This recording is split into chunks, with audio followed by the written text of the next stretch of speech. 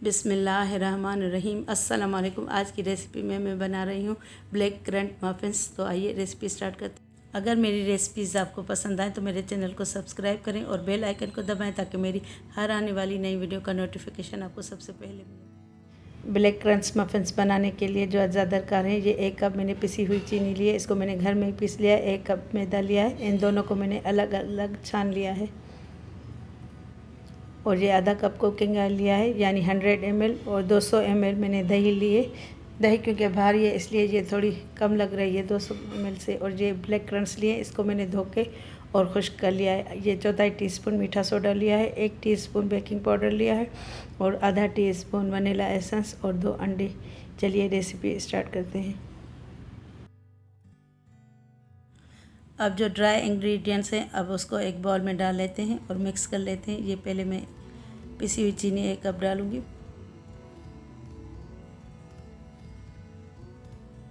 और 1 कप ये मैदा।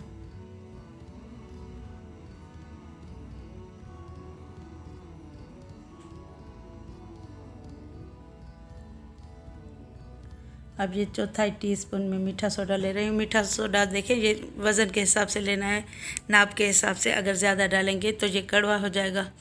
1 टीस्पून ये बेकिंग पाउडर। अब इनको मिक्स कर लेंगे अच्छी तरह ताकि ये इमली बराबर मिक्स हो जाए, क्योंकि ये मैंने पहले ही छान के रखी थी। अब खाली इनको मिक्स कर लेना है। आप पहले मिक्स करके फिर भी छान सकते हैं, लेकिन मैंने अलग अलग छान लिया था चीनी को और मैदे को। अब इसको अच्छी तरह मिक्स कर लेंगे ताकि ये मिक्स हो जाए। अब इनको साइड पे करके रखते हैं। अब जो लिक्विड इंग्रेडिएंट्स हैं, यानी जो गीले इंग्रेडिएंट्स हैं, उनको मिक्स कर लेंगे एक अलग बाउल में। पहले ये मैं कुकिंग ऑयल डाल रही हूँ। अब ये दही डालेंगे।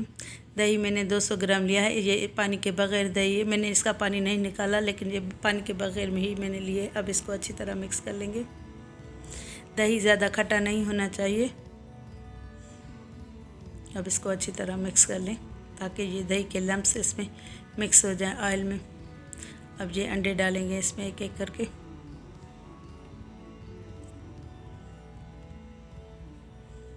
अब इसको भी अच्छी तरह मिक्स कर लेंगे,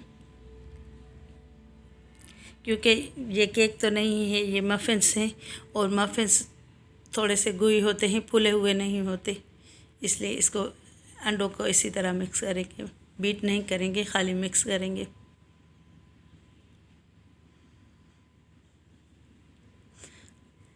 अब ये वनीला एसेंस मैं इसमें डालूँगी आधा टीस्पून।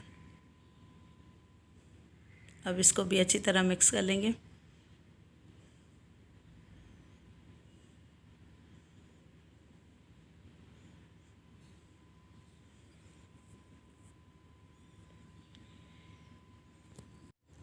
अब ये जो ब्लैक करंट्स यानी काली किशमिश है, इसको मैंने धो के खुश्क करके रखा था। इसमें 1 टेबल स्पून ये ड्राई इंग्रेडिएंट्स यानी ये मैदे वाला मिक्सचर डालेंगे और अच्छी तरह मिक्स कर लेंगे।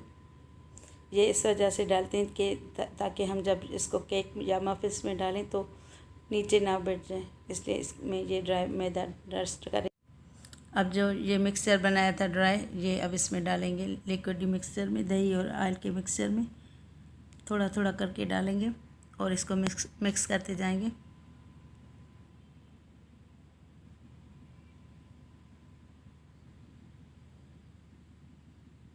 आहिस्ता आहिस्ता मिक्स करते जाएंगे ताकि इसमें लम्स ना बने। फिर थोड़ा और मिक्सचर इसमें डालेंगे, एक साथ सारा नहीं डालना। अब इसको हल्के हाथ से मिक्स करते जाएंगे। इसमें मफ़िन्स में बीटर का बिल्कुल यूज़ नहीं है, ये हाथ से ही मिक्स होता है। अब मैं इसमें ये सारा मिक्सर डाल लेती हूँ, ड्राई इंग्रेडिएंट्स। अब इसको मिक्स कर लेंगे।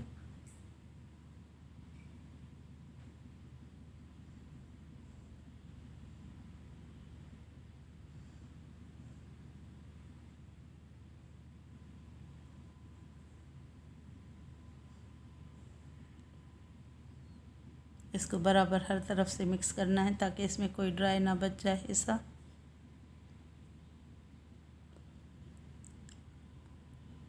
इसकी साइडें भी छुड़ा लें। अब ये देखिए ये मिक्स हो चुका है, इसकी कंसिस्टेंसी ऐसी होनी चाहिए। अब ये जो काली किशमिश मैंने मैदा डाल के रखी थी, अब ये थोड़ी डालेंगे, आधी ये इसमें डालेंगे, आधी मैं ऊपर डेकोरेशन के लिए बचा के रखती हूँ। अब इसको मिक्स कर लेंगे।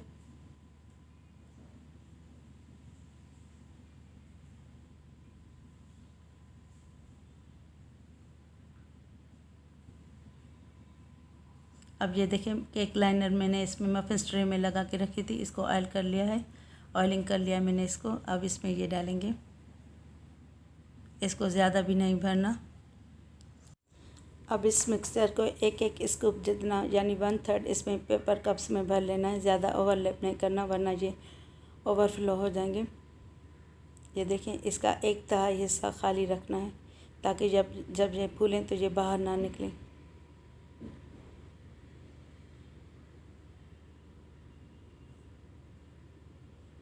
सबको बराबर बराबर भरना है, एक जितने बने ताकि ये शायद। अब ये जो मैंने काली किशमिश बचा के रखी थी, इसको थोड़ी थोड़ी इसके ऊपर भी डालना है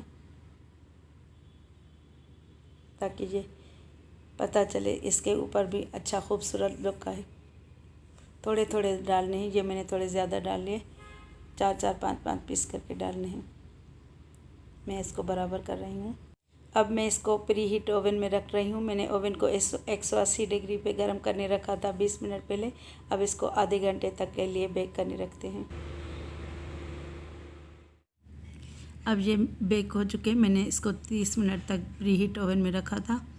ये देखें बिल्कुल परफेक्ट तैयार हो चुके हैं। ये केक की तरह फूले फूले नहीं होते, ये थोड़े से गोई होते हैं। ये देखें लोग समझते हैं कि केक और मफ़िन्स में कोई फ़र्क नहीं। ये देखें ये मफ़िन्स ऐसे होते हैं, ज़्यादा फूले हुए नहीं होते, थोड़े चुई होते हैं। मेरी रेसिपीज़ अगर आपको पसंद आए तो अपने दोस्तों और रिश्तेदारों के साथ भी शेयर कीजिएगा। अब इंशाल्लाह ताला नेक्स्ट रेसिपी के साथ हाज़िर होगी। तब तक के लिए अल्लाह।